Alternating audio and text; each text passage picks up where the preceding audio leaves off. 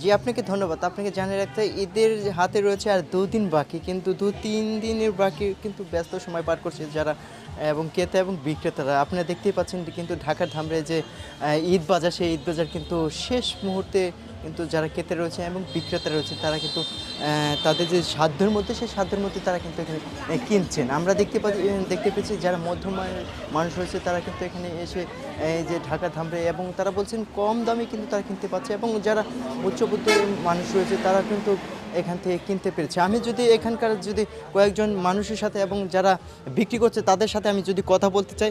আচ্ছা, আপনারা তো শেষ মুহূর্তে বলা চলে বাজারের ঈদের শেষ মুহূর্তে এবং রোজাও কিন্তু ঘনিয়ে এসেছে। আপনাদের বিক্রি কেমন হচ্ছে?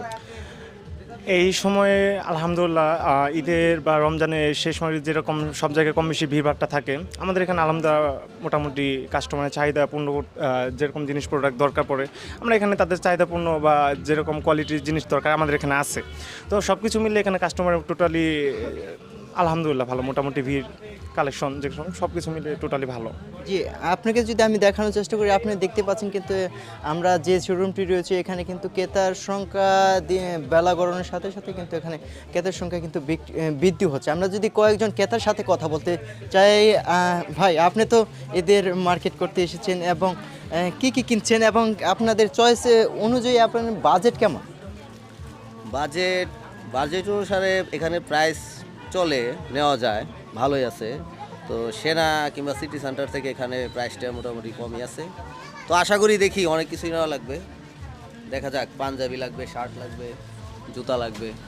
প্রাইস মোটামুটি ঠিকই আছে, নেওয়া যায়। আশা করি সবই নেব এখান থেকে। সবাই আসতে পারে এখানে, অনেক ভালো, মানে শপটা অনেক বড় আছে, যেটা মনে চায় মানে এভরিথিং সব আছে এখানে। আশা করি সবই এখান থেকে নেব। জি, আপনাকে ধন্যবাদ। আমি যদি আপনাকে দেখানোর চেষ্টা করি, এখানে কিন্তু বলা চলে যে পোশাক, সেই পোশাকও কিন্তু সাধারণ মানুষের নাগালেই কিন্তু রয়েছে। কাছ থেকে ধামরাই থেকে সর্বশেষ তথ্য।